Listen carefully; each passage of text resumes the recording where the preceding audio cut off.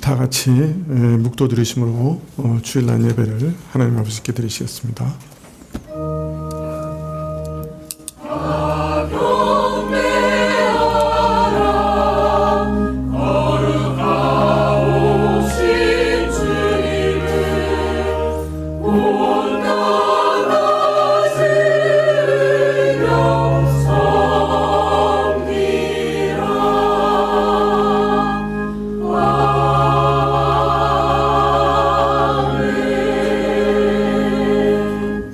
여호와여, 내가 주께 피하오니 나로 영영이 수치를 당케 마소서. 주의 의로 나를 건지시며 나를 풀어주시며 주의 길을 내게 기울이사 나를 구원하소서. 주는 나의 무시로 피할 바위가 되소서. 주님, 오늘도 주님 앞에서 우리가 피할 곳이 하나님 한 분밖에 없음을 깨닫고 참 주님께 피하러 나왔사오니, 저희가 이 세상 살아가면서 주를 의지할 때 주님께서 저희를 인도하시고 돌봐 주시옵소서. 늘 저희를 붙들어 주사 예배에 나오게 하시고 참 주 안에서 평강을 얻게 하시고 믿음을 얻게 하시고 또 주의 돌보심을 얻게 하여 주옵소서. 저희 죄를 고백하고 저희 죄를 씻어주시는 주의 영원한 용서를 구하오니 저희를 깨끗게 하시고 저희를 용서하사 주 앞에 서게 하여 주옵소서. 예배의 시종을 주께 의탁하올 때 예수님의 이름으로 기도합나이다. 아멘. 찬송가 6장입니다.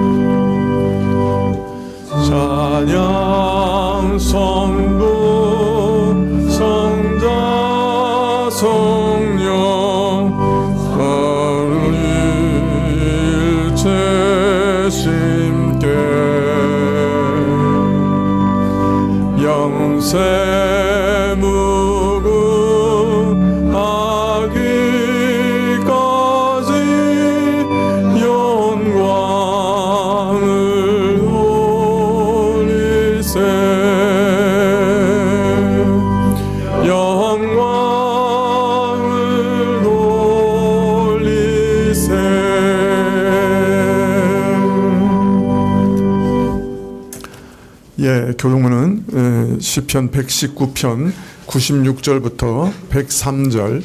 슬기 데리고 강슬기 데리고 올라오세요. 2층에 이따 오기로 했어요. 그 시간에 가보십니다. 올라오시라 그랬어요. 교동문은 시편 119편 96절부터 103절까지 96절부터 103절까지 한 절씩 교독하시죠. 내가 보니 모든 완전한 것이 다 끝이 있어도 주의 계명은 심히 넓으니이다.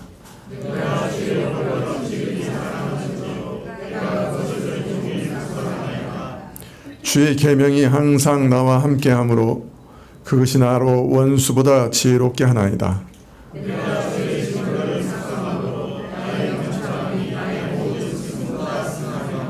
주의 법도를 지킴으로 나의 명철함이 노인보다 승하니이다.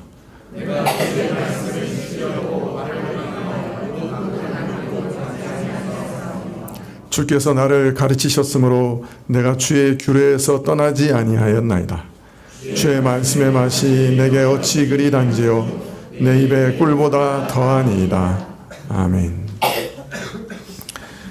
사도신경으로 우리 신앙을 고백드리겠습니다. 전능하사 천지를 만드신 하나님 아버지를 내가 믿사오며 그 외아들 우리 주 예수 그리스도를 믿사오니 이는 성령으로 잉태하사 동정녀 마리아에게 나시고 본디오 빌라도에게 고난을 받으사 십자가에 못 박혀 죽으시고 장사함지 사흘 만에 죽은 자 가운데서 다시 살아나시며 하늘에 오르사 전능하신 하나님 우편에 앉아 계시다가 저리로서 산자와 죽은 자를 심판하러 오시리라. 성령을 믿사오며 거룩한 공회와 성도가 서로 교통하는 것과 죄를 사하여 주시는 것과 몸이 다시 사는 것과 영원히 사는 것을 믿사옵나이다. 아멘. 네, 찬송은 시편 찬송 32장입니다.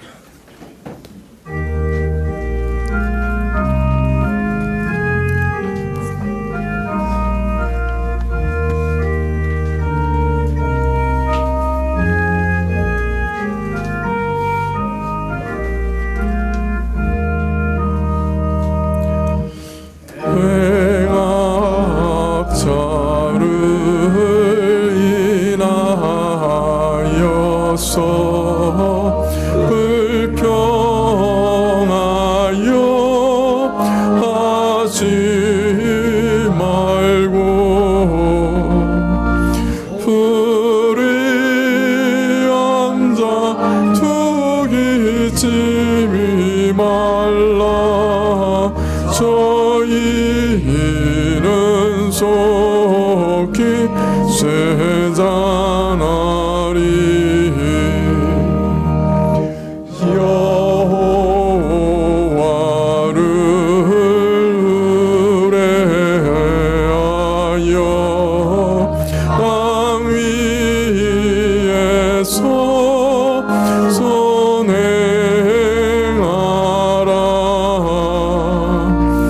여호와의 성실하심을 너희 식물로 삼을지라. 여호와를 기뻐하라.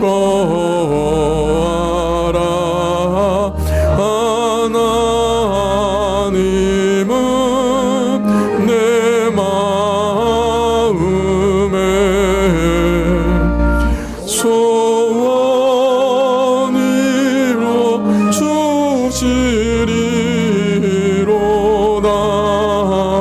내 여호와를 기뻐하라.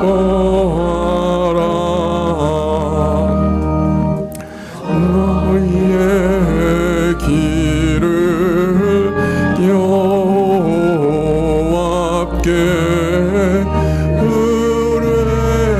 의뢰하고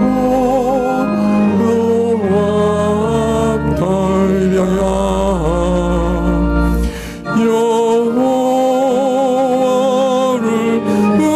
의지할 때에 정하 이루어 주시리라.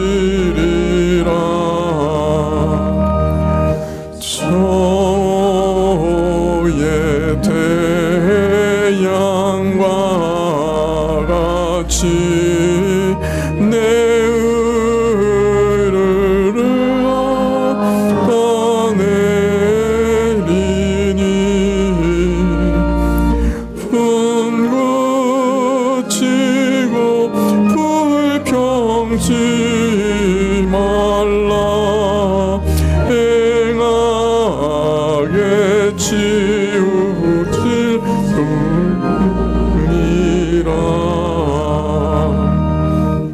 주 앞에서 잠잠하라. 참아내며 기다리라.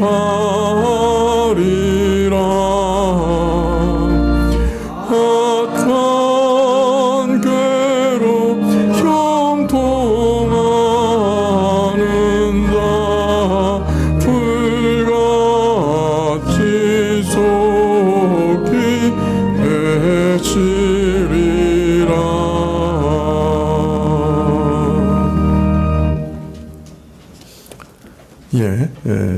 인사 및 광고 시간인데요. 먼저 우리 군에 갔다가 휴가 맞아 왔습니다. 재상이 윤재성 왔습니다. 잠깐 일어나시죠. 벌써 병장이에요? 벌써? 와, 미안해요. 군에 간 사람은 지겹겠지만은 벌써 병장이랍니다. 네, 그리고 우리 강경호 형제, 아마 우리 오래된 그 교우들은 강슬기 그래야 알 겁니다. 우리 슬기 형제 부부 왔습니다. 인천에 있는데 잠깐 일어나시죠.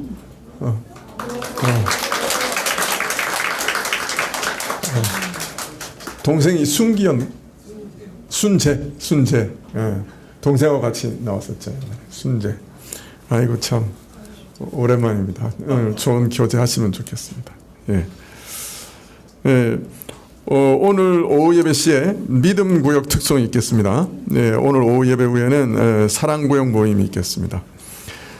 남성도 모임이 이번 주 토요일 오전 10시부터 교회 2층에서 있습니다. 예, 기억해 주시고 다음 주일 오후 예배 후에는 임시당회가 있겠습니다.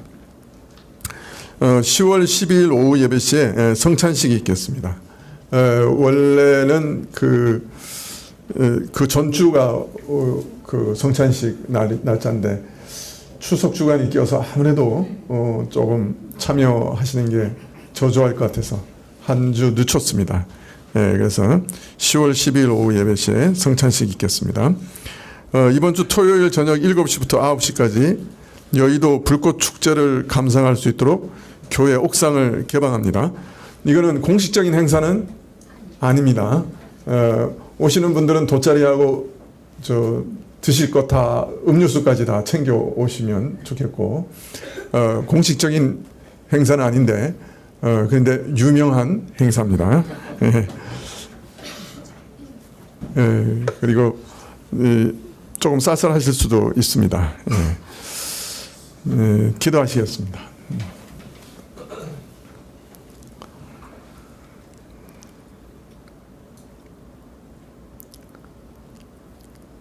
아버지 하나님, 저희가 하나님 앞에서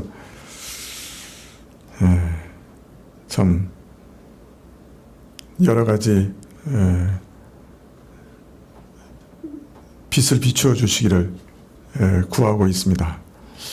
특별히 우리가 이 땅에서 교회가 무엇인지 또 저희에게 비추어 주시면 좋겠습니다. 참 교회에서 하나님의 백성으로 부르심을 받았다고 하는 이것이 어떤 일인지 알게 해주시기를 원합니다. 우리가 세상에서는 참 여러 가지 참 자랑할 만한 것들도 있고 또 사람들이 존경하고 또 부러워하는 일들도 있고 또 그런 명예와 권세가 있을지라도 하나님 나라에서 하나님의 백성으로 부르심을 입은 이 권세와 영예가 그 어떤 것보다 크고 놀라운 것을 저희로 깊이 깨닫게 해주시면 좋겠습니다. 세상의 모든 것을 참 배설물처럼 여기게 하는, 참 어떤 면에서는 그 모든 것들은 다 죄에 깊이 참 매여 있고 그 아무리 좋은 것이라도 그저 허무하고 더러운 것일 뿐인데 하나님께서 참으로 교회로 부르시고 하나님의 백성으로 부르신 일은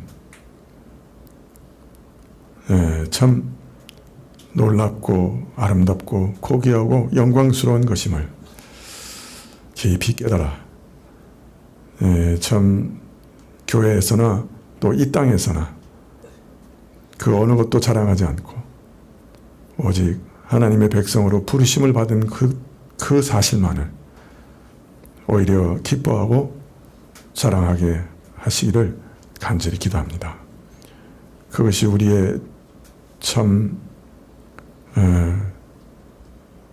존재의 모든 특징이 되고 본질이 되게 해주시고 또 그것이 우리의 참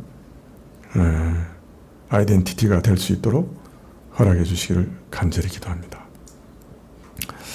아버지 하나님, 참 이 나라의 교회의 모습이 저희가 보아도 참 위태하고 참 부끄럽고 더럽고 악한데 하나님 보시기에는 어떠실까 심히 두렵습니다.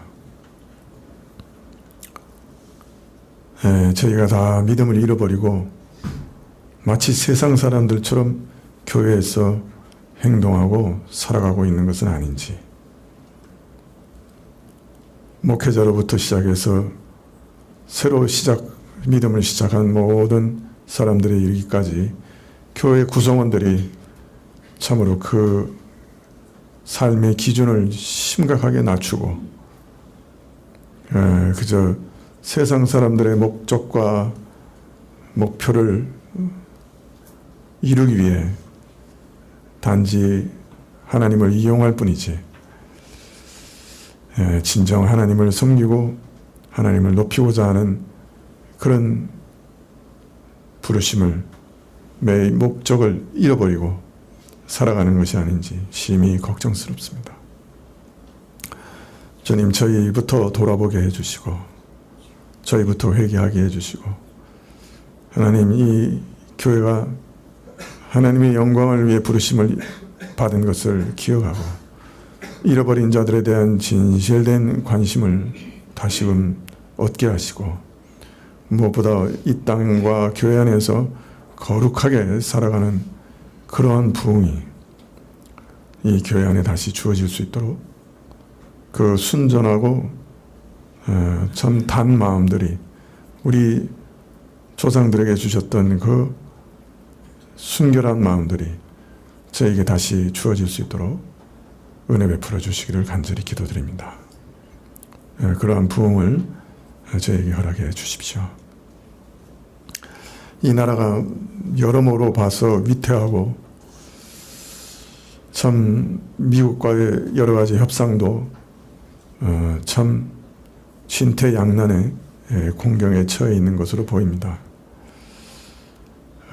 국내에서도 참 긴장감이 높아지고 좀 서로 갈라진 마음들이 더욱 갈라지는 것 아닌가 두렵고, 참 어디에서나 평화가 없고 다툼뿐이요, 또 전 세계적으로도 참 위기요 다툼과 전쟁의 소문이 끊이지 않습니다. 이런 가운데 이 나라가 정말 지탱되며 살아갈 수 있을까 심히 염려되는데 하나님께 다시 의탁합니다. 저희가 단정하고 안정된 가운데 신앙생활 할 수 있도록 이 나라로 지탱하게 하시고, 혼란과 분란과 분쟁이 없게 하시고, 참 혼돈이 없도록 돌봐 주십시오. 각 가정들 참 심각한 무게 가운데, 삶의 무게 가운데, 여러 가지 삶의 무게 가운데 참 짓눌려 있고 마치 맷돌 속에서 갈림을 당하는 것처럼 고통 가운데 살아갑니다.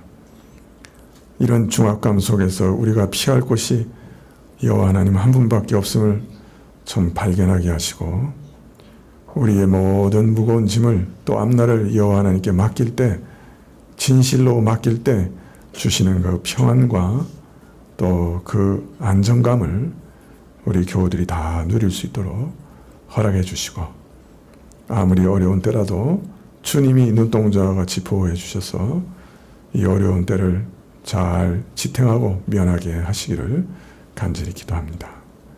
우리 어린 자녀들과 청년들에게 믿음 주시고 그 진로를 인도해 주시기를 구하옵고, 오늘도 저희 헌물을 받으시고 찬송을 받으시고 말씀 주시기를 구할 때 예수님의 이름으로 기도합니다. 아멘. 말씀은 전도서 7장 24절부터 29절까지 말씀입니다. 전도서 7장 24절부터 29절까지.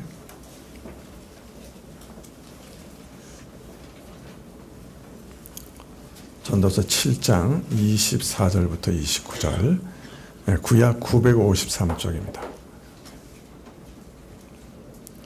전도서 7장 24절부터 찾으신 줄 알고 봉독해 드리겠습니다. 무릇 된 것이 멀고 깊고 깊도다. 누가 능히 통달하랴. 내가 돌이켜 전심으로 지혜와 명철을 살피고 궁구하여 악한 것이 어리석은 것이요 어리석은 것이 미친 것인 줄을 알고자 하였더니 내가 깨달은즉 마음이 올무와 금을 같고 손이 포승 같은 여인은 사망보다 독한 자라. 하나님을 기뻐하는 자는 저를 피하려니와 죄인은 저에게 잡히려다. 전도자가 가로되 내가 낱낱이 살펴 그 이치를 궁구하여 이것을 깨달았노라. 내 마음에 찾아도 아직 얻지 못한 것이 이것이라. 1천 남자 중에 하나를 얻었거니와 1천 여자 중에는 하나도 얻지 못하였느니라. 나의 깨달은 것이 이것이라. 곧 하나님이 사람을 정직하게 지으셨으나 사람은 많은 꾀를 낸 것이라.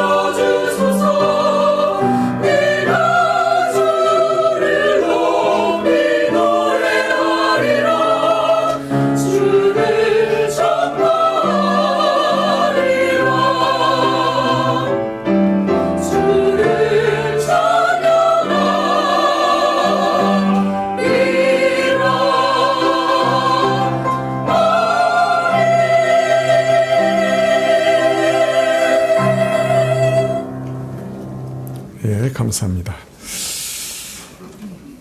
예, 오늘 본문을 읽으실 때 어떠세요? 여자분들 좀 기분 나쁘지 않으셨나요? 예, 어떤 내용인지 한번 살펴보십시다. 예, 지금 전체적인 흐름은 미래지향적인 삶을 살려고 했던 전도자가 부딪히고 또 그 목적을 포기하게 된 그 연유를 쭉 얘기하고 계시는 것이죠. 인간은 그 가지고 있는 이성과 그 좀 고귀한 목적을 이룰 만한 능력이 사실 그 안에 없었던 것이에요. 고통을 감수하면서 아무리 애써 노력할지라도 사실 항상 의로운 일만 행하고 죄를 짓지 않는 그런 사람은 존재할 수 없다는 것을 발견하게 된 것이죠. 하나님을 경외하는 경건한 사람이라고 해도 시종일관 의로운 일만 행하는 것이냐, 죄는 짓지 않느냐? 아니라 세상에는 죄 짓지 않는 사람은 단 한 사람도 없다. 자, 이런 상황에서 인간은 어떻게 살아갈 수밖에 없느냐? 의로운 것과 악한 일, 그것을 두루 취하면서 살아가게 된다. 인간은 참 선도 행하지만은 죄도 행하는 그런 얼치기로 이 땅에서 살아갈 수밖에 없는 것 아니냐. 참 인간의 그런 도덕적 한계를 이렇게 전도자는 발견하게 된 것입니다. 그래서 다른 사람들은 참, 저 사람 참 인격적으로 참 멋있다, 인품이 훌륭하다, 참 선하다, 그렇게 볼지 몰라도 내 가까이에서 내 모든 그 부패를 깊이 경험한 그 종, 노예, 참 내 가족들, 이런 사람들은, 그래서 가면을 벗은 내 실상을 속속이 아는 사람들은 저 사람 별거 없는 사람이다, 또는 악한 자다 하는 정죄 소리를 듣게 될 것이다. 이런 것은 예외가 없다. 그렇지 않은 사람이 없다. 그렇게 말하고 있습니다. 전도자는 다시금 자신의 지혜를 가지고 계속해서 참 미래지향적인 삶에 대해서 추구할 때 그것을 참 소망을 이렇게 다 꺾어버리는 게 뭔가 하는 것을 발견하게 된 그런 과정에 대해서 쭉 얘기하면서 또다시 지혜에 대해서 말합니다. 7장 23절에 내가 이 모든 것을 지혜로 시험하며 스스로 이르기를 내가 지혜자가 되리라 하였으나 지혜가 나를 멀리하였도다. 이런 모든 과정은 다 이성, 지혜를 가지고 시험해 본 과정인데, 그래서 이 인간이 가진 가장 강력한 힘은 이 지혜, 이성이라고 하는 것인데, 이런 것이 효과적인 것인 수단인데, 인간이 가진. 그런데 내가 좀 지혜롭겠다 했지만은 지혜가 나하고는 멀더라. 왜? 지혜가 내게 있는 것이 아니기 때문에. 지혜의 근원이 나에게 있다고 하면, 내가 지혜롭겠다고 하면 지혜가 내게 있어야 될 것인데, 지혜가 나에게 없는 거예요. 지혜가 내 안에 없기 때문에, 내 안에 지혜의 근원이 없기 때문에, 지혜가 내 바깥에 있는 것이라서. 그래서 그것을 얻으려고 하지만은 그건 나한테 사실은 너무 멀리 있더라. 그렇게 말하고 있습니다. 그래서 24절에 무릇 된 것이 멀고 깊고 깊도다. 누가 능히 통달하랴. 자, 여기서 무릇 된 것이 멀고 깊고 깊도다 할 때 멀고 깊은 것이 도대체 뭐냐? 앞에 방금 말한 그 지혜 자체를 말하는 것이냐, 아니면은 지혜가 찾고 발견하려고 하는 세상의 모든 본질, 모든 존재하는 것들의 본질을 얘기하는 것이냐, 그것은 좀 파악하기가 쉽지 않습니다. 먼저 이것을 존재하는 모든 것들의 본질로 이해한다면 어떻게 이해할 수 있겠습니까? 현재 존재하는 모든 것들이 무엇인지, 이 나무가 무엇이지? 생명이 무엇이지? 우주가 무엇이지? 뭐 이런 것들, 가장 기본적인 것, 우리가 존재하는 모든 역사가 무엇이지? 이런 것들, 이거 가장 중요한 질문인데, 그런데 그것 하나도 대답 못하는 거예요. 본질을 파악하지는 못해요. 거리가 너무 멀고 깊어요. 인간의 지혜는 이런 사물의 또 역사의 의미를 파악하는데 여전히 미치지 못한다. 이게 지혜의 한계를 절감할 수밖에 없었던 것입니다. 사실 성경에서 기록한 바에 따르면 사람 중에 가장 지혜로웠던 사람이 누구예요? 솔로몬이죠. 이 전도서는 누가 썼어요? 솔로몬이 썼어요. 다른 말로 말하면 세상에서 가장 참 놀라운 지혜를 소유했던 전도자였지만은 그러나 그 자신이 깨달은 것은 세상의 본질을 파악하는 그 깨달음에 있어서는 여전히 내게서 너무나 멀리 있구나. 너무나 멀구나. 내가 거기 도무지 가닿을 수 없는 일이구나. 그렇게 깨달았던 것이죠. 혹은 이것을 지혜 자체로 보면 어떻게 이해할 수 있겠습니까? 내가 지혜를 가지고 모든 것, 이성을 가지고 모든 것을 파악하기도 하고 어느 것이 옳고 무엇이 그른가 하는 것을 지금 그죠? 분별하기도 하는데 근데 그 이성이 도대체 뭐지? 그 지혜가 뭐지? 라고 물었을 때 뭐라는 거야? 그 이성이 뭔지도 모른다는 거예요. 지혜가 뭔지도 모른다는 거예요. 내가 지금 생각하고 살아가고 있죠? 그죠? 그냥 생각 없이 사시는군요.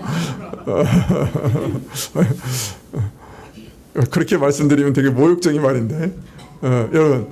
근데 내가 생각하고 사는데, 이게 생각이 도대체 뭐지? 근데 모르겠다는 거예요.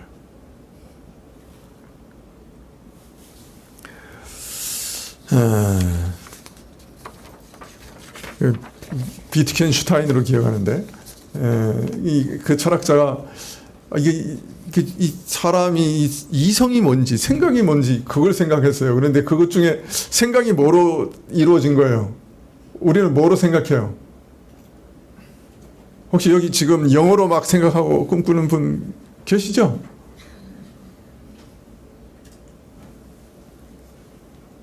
영어를 잘하려면 영어로 꿈을 꿔야 된다는데? 우리가 생각을 언어로 하잖아요. 그죠? 그래서 그 언어가 뭔가 이렇게 막 들여다봤어요.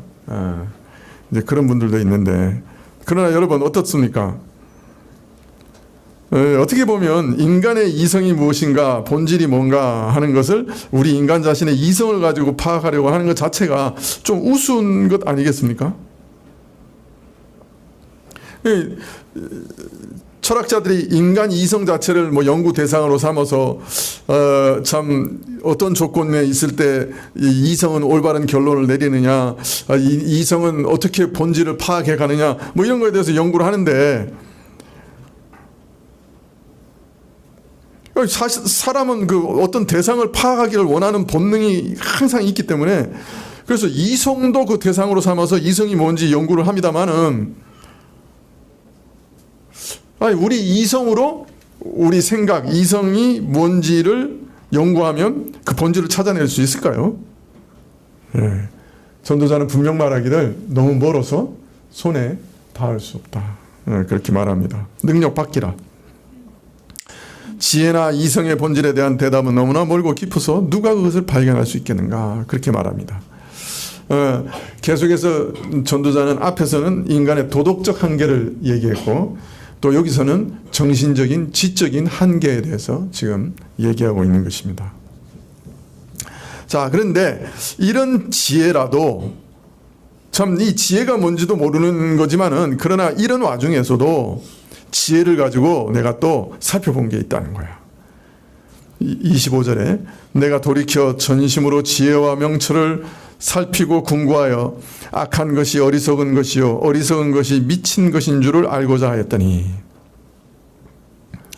마음을 다해서 지혜를 다해서 깊이 파헤쳐서 얻고자 했던 것이 하나 있는데 그게 뭐냐? 악의 어리석음과 미련한 것에 미친 것을 파악하려 했다. 악한 일이 얼마나 어리석은 짓이고 미련하게 행하는 것이 참 미친 것이나 마찬가지라고 하는 것을 깨달으려고 애썼다.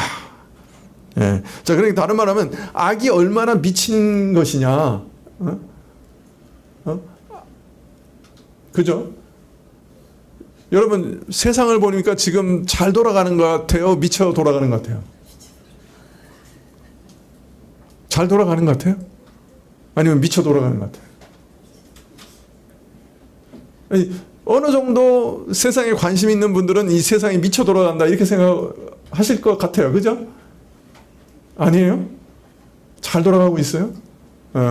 지금 솔로몬이 지금 뭘 얘기하고 있냐면 악이라고 하는 것이 사람을 얼마나 미쳐 돌아가게 하는지 그거 알고 싶었다는 거예요. 왜 이 사회가 이렇게 엉망진창이냐, 왜 이렇게 미쳐 돌아가느냐, 그거 알고 싶었던 거예요. 근데 그 중에 하나를 발견한 거예요.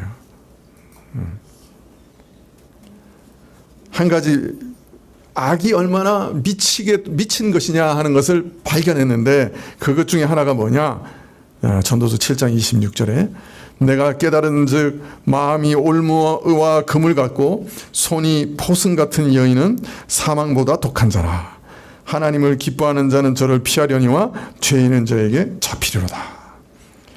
자, 전도자가 뭔가를 깊이 연구하려고 했어요. 그게 뭐냐면 악한 일이 얼마나 어리석은 것이냐, 미련하게 행하는 것이 얼마나 미친 짓이냐, 이걸 이제 깨달으려고 하는 중에 하나 깨달은 게 있어요. 야, 그 진짜 미친 게 있더라. 죽음보다 더 독한 게 있더라. 그걸 발견한 거예요. 그게 뭐예요? 죽음보다 더 독한 게 뭐예요?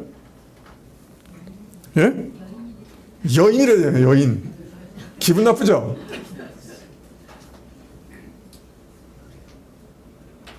이거 태반이 여인인데 기분 나쁘실 것 같은데.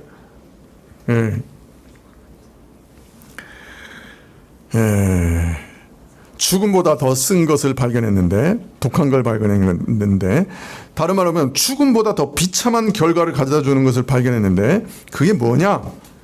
그 마음이 올무나 금을 갖고 그 손이 사슬 같은 여자라. 간교한 마음으로 올무를 놓아서 사람을 함정에 빠지게 만들고 그물로 고기 잡듯이 사람을 잡는 여자라. 그 손으로 사람을 칭칭 감아서 옴짝달싹 못하게 하는 여자라. 이런 여자는 죽음보다 더 독한 자라. 여러분, 죽음보다 더 무서운 게 뭐냐? 한마디로 남자를 사냥하는 여자라. 여인이라. 자, 이 말씀 들어보면 여인을 욕하는 것 같은데요. 욕하는 거예요? 악한 자로 묘사하는 것 같은데요. 사실은 아니에요. 여기서 먼저 강조하고 있는 건 뭐냐면 이 여자의 힘이, 유혹이 얼마나 강한가 하는 것을 얘기하고 있어요. 여러분, 여자는 겉으로 보면 매우 연약한 것처럼 보여요. 그렇지만 여인의 유혹은 참으로 강해서 거기서 벗어날 자가 없어요. 여인의 유혹은 남자를 함정에 빠뜨리고 그물로 잡듯이 잡고 사슬로 매듯이 올가매는데 거기서 벗어날 자가 없어요. 당해낼 자가 없어. 그래서 남자가 가장 피하기 어려운 것이 걸리면 꼼짝없이 당하고 마는 것이 뭐냐? 이 여자의 유혹이란 말이죠. 얼마나 강하냐? 얼마나 강하냐? 죽음보다 강하대. 여러분, 시쳇말로 이런 말 있죠? 사랑은 죽음보다 강하다. 그런 얘기 들어본 적 있으세요? 없어요? 사랑은 죽음보다 강하다.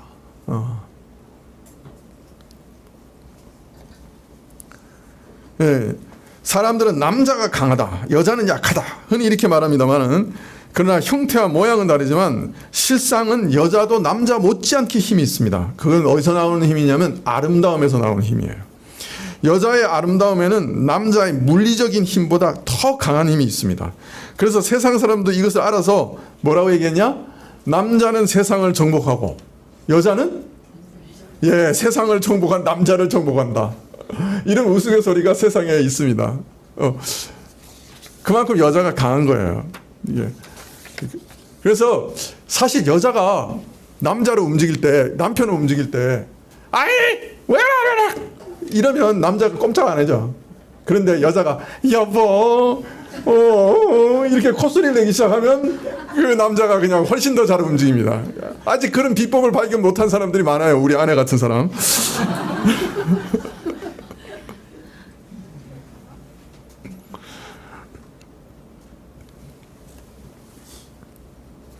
자, 여인의 아름다움이 타락했을 때, 그 이제 유혹으로 변하거든요. 그렇게 되면 상대방은 완전히 눈을 멀게 되고 맹목적이 되고 옳고 그름을 분별하지 못하게 됩니다. 아름다움은 매우 강한 힘이기 때문에 이것이 잘못 사용되고 이것이 유혹이 될 때 남자는 이걸 힘이 없어요. 그래서 남자의 마음을 강력하게 지배하고 마음대로 좌지우지하는 유혹 앞에 남자들이 항상 무릎을 꿇고 심지어 자기 생명을 내어놓기도 합니다. 이처럼 여인의 유혹은 가장 저항하기 어려운 것이고 타락한 아름다움은 죽음보다 강합니다. 남자들이 그 여자 때문에 목숨을 내놓기도 하는 거예요. 자, 그러면 이런 유혹에서 벗어날 자가 누구냐? 이 그물에서 어떤 사람이 벗어나느냐? 지혜자도 아니고 권력을 가진 자도 아니고 100번 유혹에 빠지지 않겠다고 결심하는 선한 양심을 가진 자도 아닙니다. 사실 지혜로운 자라고 하면 어떤 사람이에요? 인생은 어떤 것이고 어떻게 살아가야 한다 하는 것을 그 바른 길을 아는 사람이죠. 또 방백 10명을 합친 것보다 더 강한 게 지혜자예요. 자, 이런 지혜를 소유한 자라고 하면 이런 강한 유혹을 벗어날 수 있을 것 같아요. 그러나 실상은 이런 지혜를 소유한 사람도 성인 군자도 여자의 유혹 앞에는 여지없이 넘어집니다. 이런 사실은 바로 성경 역사 가운데도 잘 알 수 있습니다. 복음의 역사를 통해서도 잘 알 수 있습니다. 이 글을 쓰고 있는 솔로몬의 삶 가운데서도 우리는 여실히 볼 수 있습니다. 우리가 잘 알죠. 열왕기상 11장 말씀을 보면 솔로몬이 노년에 그 육신과 심적 기운이 쇠하여 갈 때 이방 출신의 아내들이 솔로몬의 마음을 유혹해가지고 이방 신들로 향하게 합니다. 그래서 솔로몬의 마음이 하나님을 향하여 이전같이 온전하지 못했고 이방 신들에게로 마음이 휩쓸려 갔어요. 이런 솔로몬에게 하나님께서 2번이나 말씀하셨던 그 영적 체험을 상기시킵니다. 내가 너에게 2번이나 나타나지 않았느냐? 네가 나를 직접 만나본 사람이 아니냐? 돌이켜라.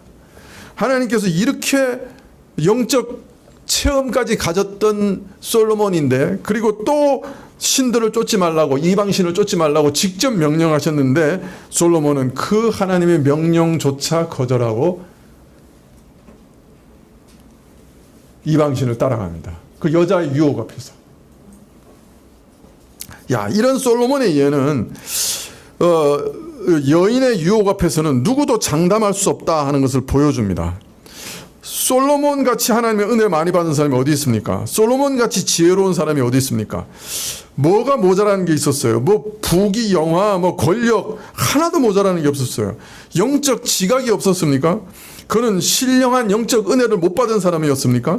성전을 지은 다음에 성전이 어떤 기능을 하는지를 너무나 잘 알고 성전 봉헌식 때 놀라운 기도를 하지 않았습니까? 참 이런 사람이 어디 있어요? 하나님께서 저를 내 사랑하는 자라고까지 말씀하시고 이 아들을 통해서 내 집을 짓겠다고 하시고 성전을 짓게 한 사람이 바로 이 사람이에요. 그런데 이방 여인의 유혹 앞에서 무릎을 꿇고 자기가 지은 그 하나님의 성전 맞은편에다가 우상 신전들을 지은 사람이 또 이 사람이에요.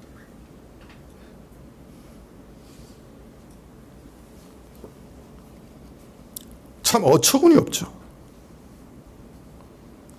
하나님께서 직접 나타나셔서 말씀하시고 하나님과 이전에도 2번이나 만나서 하나님을 만난 그런 영적인 경험도 있었던 사람이고 지혜를 한없이 받은 사람이고 부귀 영화 정말 모자라는 거 하나 없이 받은 사람이고 심지어는 아내가 3천인가? 맞나? 그런데 그 여자의 유혹에 무릎 꿇고 우상 신전을 하나님의 성전 바로 맞은편에도 지었어요. 솔로몬 같은 이도 여자의 유혹, 죄악의 정욕에 빠지면 어떻게 된다? 이렇게 된다. 어느 누구도 장담할 수 없다. 근데 사실 여기서요, 여인의 유혹이라고 하는 것은 뭘 의미하는 걸까요? 단지 그냥 어떤 여인들의 유혹만을 얘기하는 걸까요? 잠언에 보면 항상 이 세상 정욕을 뭐로 비유해서 얘기해요? 예? 음녀. 예, 예. 여인의 비유해서 얘기합니다. 유혹하는 여인의 비유해서. 그렇기 때문에 여기서 여인이라고 할 때는 물론 직접적인 여인의 유혹도 얘기하지만은 사실은 이것은 하나의 비유일 수 있어요. 그러니까 모든 걸 다 포함하고 있는 거죠. 예. 남자를 호리는 여자에 대해서 얘기하고 있지만은 사실은 모든 사람을 유혹하는 세상 정욕을 대표하는 것으로 이 여인을 딱 들어 보여주고 있는 것뿐이에요. 예. 다른 말로 말하면 세상의 모든 정욕을 비유해서 우리에게 알리고 계신 거죠. 우리가 세상 정욕에 마음이 확 빠지면 어떻게 되느냐 말이에요.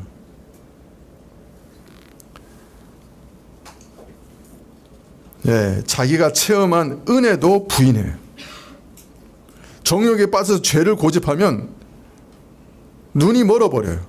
죽음도 불사해요. 지옥불도 불사해요. 지옥도 안 두려워. 불을 보고 타 죽을 줄 알면서 불 속으로 뛰어드는 나방 같아요. 진짜 무지막지하게 돼요.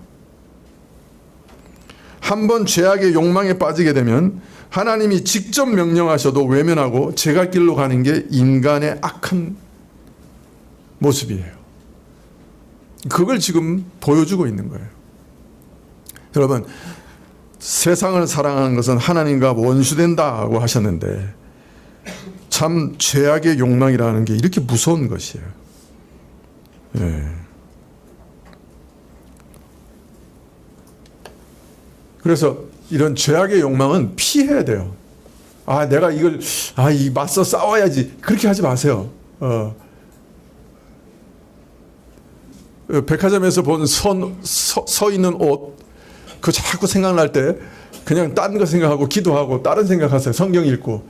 내가 이거를 생각하지 말아야지. 그러면 어느 순간에 가서 카드로 긋고 있어.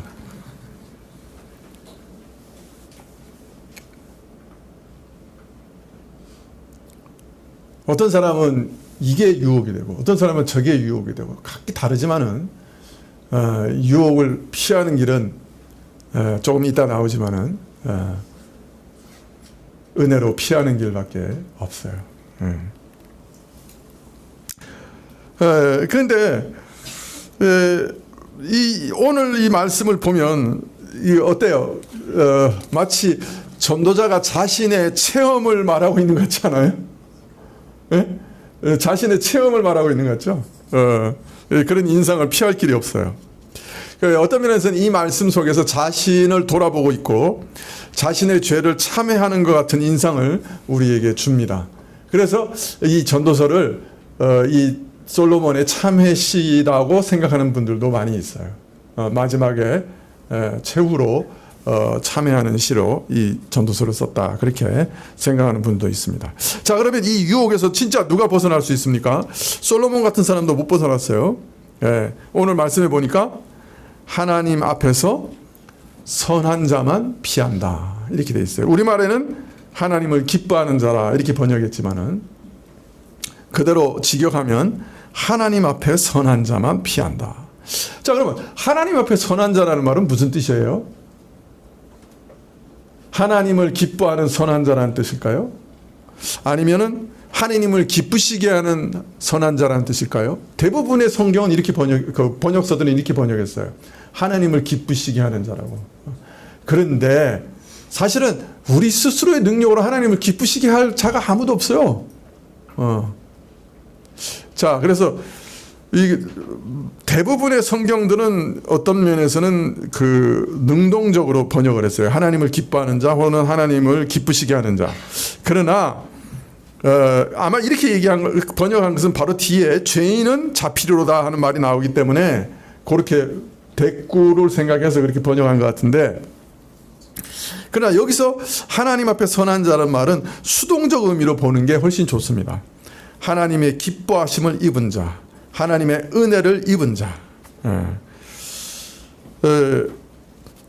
왜냐하면 여기서 선하다는 말이 하나님을 적극적으로 기쁘시게 해드는 인간의 어떤 선을 보기가 참 어려워요. 왜냐하면 바로 이제 우리가 읽은 대로 28절, 29절에 더 분명하게 확인이 되고, 또 20절 이하부터 계속 우리가 보고 있는 거는 범죄하지 않는 의인은 이 세상에 단 한 명도 없다 하는 그런 맥락에서 타락한 인간의 부패와 그 악함에 대해서 쭉 말하고 있는 문맥에 비추어 볼 때, 하나님 앞에 선한 자라는 말은 능동적 의미, 하나님을 기쁘시게 하는 자라기보다는 수동적 의미, 하나님께서 기뻐하시는 자, 하나님의 은혜를 입은 자, 이렇게 이해하는 것이 옳다고 여겨집니다. 즉 은혜 입은 자만이 유혹에서 벗어나요.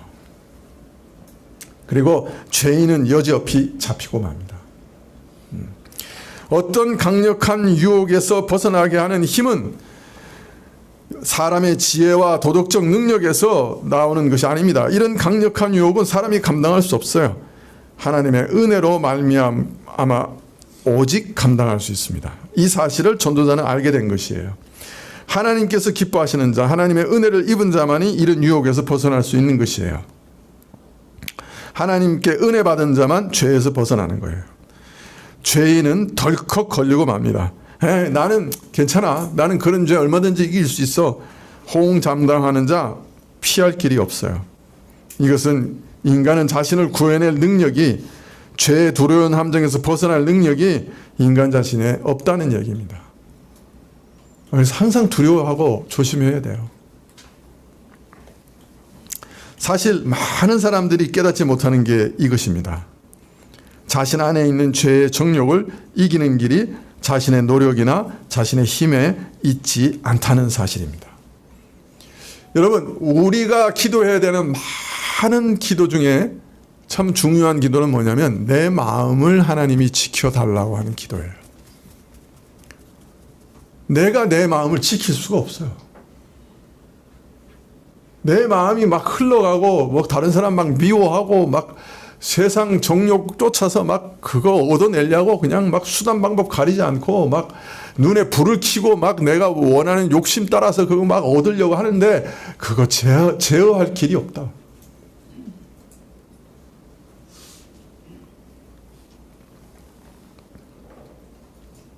오직 하나님의 은혜 얻은 사람만 제어해요. 성령의 인도하심을 받고 성령의 소욕이 그 악한 욕심 대신 내 마음을 채울 때 그게 비로소 이길 수 있어요.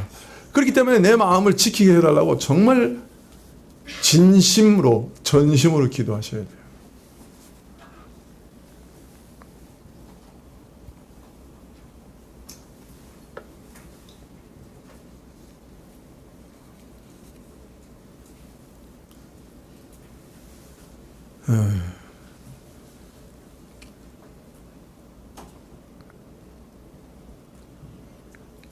내가 아는 옛날에 있었던 교회 어떤 남자분은 월급을 딱 타면 3일 동안 사라져요.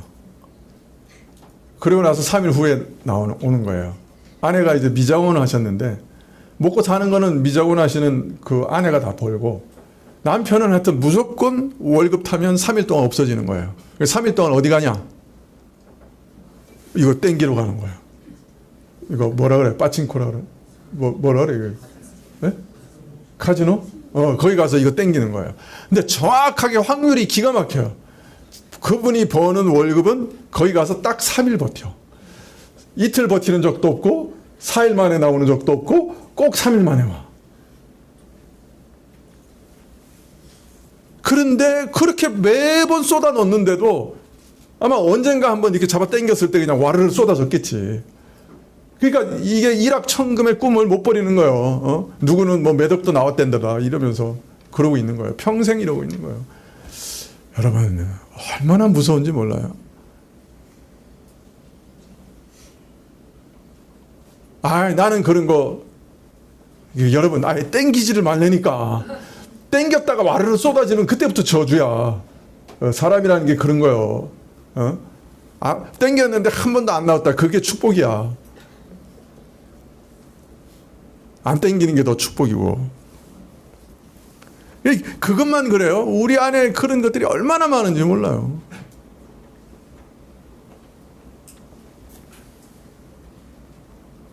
우리 안에 죄의 세력이 얼마나 강력한지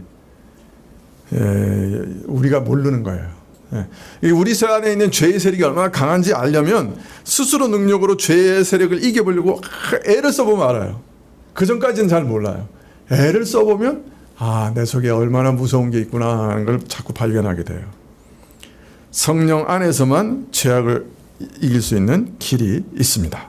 자, 인간의 힘의 은혜, 죄를 이길 수 있는 은혜, 힘이 없다 하는 것에 대해서 얘기한 다음에 마지막으로 결론적으로 이렇게 얘기합니다. 7장 27절에 전도자가 가로되 내가 낱낱이 살펴 이 이치를 궁구하며 이것을 깨달았노라. 내가 마음에 찾아도 얻지 못한 것 중에 이것이라. 1천 남자 중에 하나를 얻었거니와 1천 여자 중에 하나도 얻지 못하였느니라. 이거 오늘 계속 하여튼 여자분들 기분 나쁜 얘기만 해요. 내가 자세히 낱낱이 살펴 깨달은 것을 말하는데 참 사람다운 사람이 있는가 하고 열심히 찾아보았지만은 너무 희귀했다. 1,000명 중에 남자 중에 겨우 하나 있을까 말까 발견할까 말까 했는데 여자들 중에는 그 한 사람도 발견하지 못했다.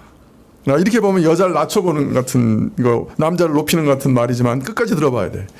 29절에 나의 깨달은 것이 이것이라. 곧 하나님이 사람을 정직하게 지으셨으나 사람은 많은 꾀를 낸 것이라. 여기서 사람을 정직하게라고 말할 때 하아담이에요. 그러니까 그 사람이란 말이에요. 이 말은 인류 전체를 대표하는 말로 볼 수도 있고, 그 사람 그러면 그가 붙으면 뭐예요? 바로 앞에 나온 그 사람을 얘기할 수도 있어요. 그러니까 인류 전체로 이해할 수도 있지만은 바로 그 1,000명 중에 한 명 얻은 것 같은 한 남자를 봤더니 그랬더니 어떻다는 거예요? 하나님께서는 원래 그를 하나님의 형상으로 아름답게 지으셨지만은 그놈이 죄송해요. 그 사람이 꾀를 내더라. 악한 꾀를 내더라. 스스로 부패하고 스스로 타락해서 그 악한 짓을 하더라는 거예요. 자, 그러면 1천 남자 중에 한 명이라도 있었다 없었다? 예? 한 명인 줄 알았더니 그놈도 아닌 거예요. 그놈도 아니더라. 그러니까 남자 여자 중에 한 사람이라도 있다 없다? 없다. 하나님은 사람을 자기 형상으로 아름답게 창조하셨어요. 그러나 그 괜찮은 줄 알았던 그놈도 부패해서 악한 꾀를 내더라. 타락한 모습에서, 부패한 모습에서 벗어나지 못하더라.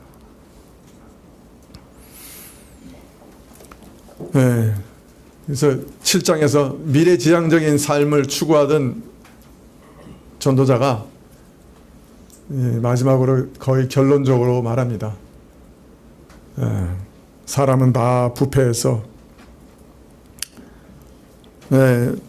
사망의 독보다 더 독한 정욕을 쫓아 살아갈 때는 걷잡을 수가 없고 한 사람도 건질 만한 사람이 없는, 그렇게 완전히 부패하고 타락한 것이 인간이더라. 이런 인간에게서 무슨 미래를 기대할 수 있겠느냐. 이제 그렇게 말하고 있는 것이죠.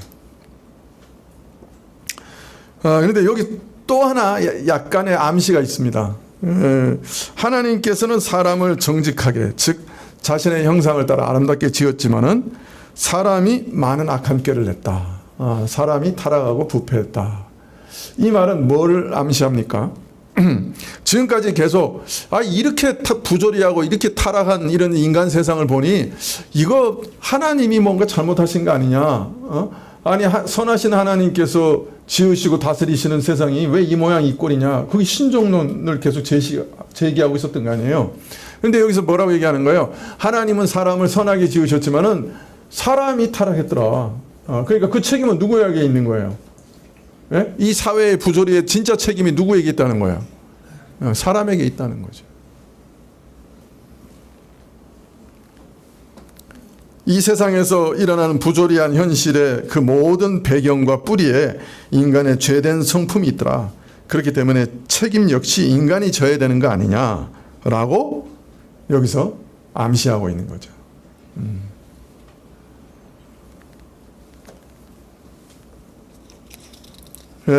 전도자는 계속해서 왜 헤아리의 일이 이렇게 허무하냐, 현실이 이렇게 뒤죽박죽이냐, 왜 이렇게 종잡을 수 없냐 탄식하고 원망했지만은 이제 그 근본 원인에 접근하게 된 것입니다.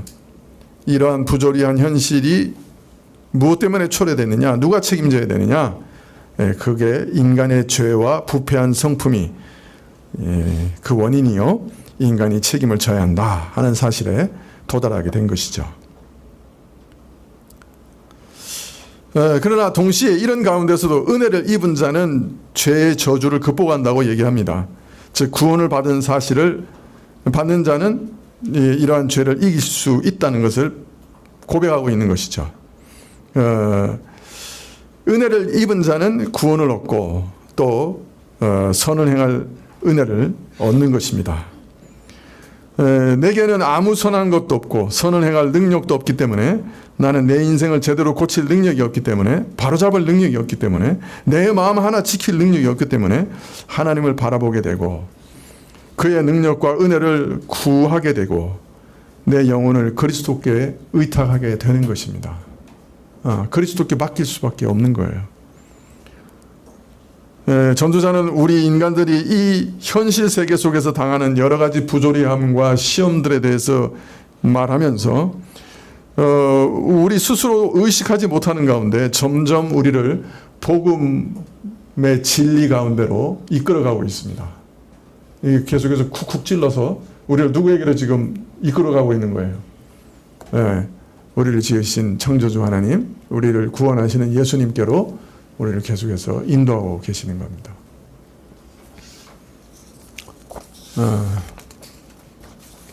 어떻게 여자분들 이제 섭섭함이 좀 사라지셨습니까? 결론은 남자나 여자나 똑같다 하는 게 결론입니다. 기도하시죠.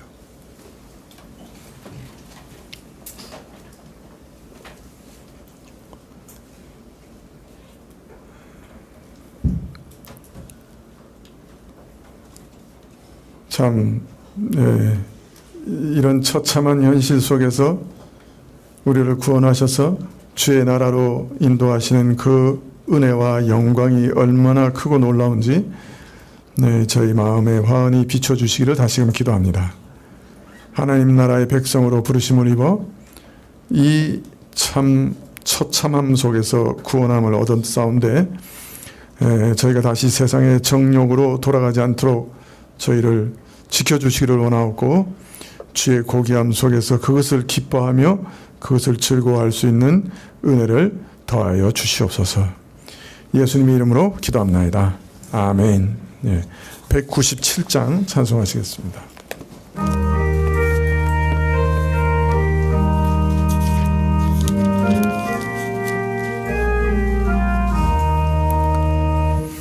이 세상 험하고 나 비록 약하나 늘 기도 힘쓰면 큰 권능 얻겠네. 주의 은혜로 대속하여서 피와 같이 붉은 죄 눈같이 희겠네. 주님의 권능은 한없이 크오니 돌 같은 내 마음 곧 녹여주소서. 주의 은혜로 대속하여서 피와 같이 붉은 죄 눈같이 희겠네. 내 맘 위하여 늘러 넘치오니 주 예수 힘주사 굳세게 하소서. 주의 은혜로 대속하여서 비와 같이 붉은 죄 눈같이 희겠네. 죄산 받은 후 새 사람 되어서 주 앞에 서는 날 늘 찬송하겠네. 주의 은혜로 대속하여서 피와 같이 붉은 죄 눈같이 희겠네.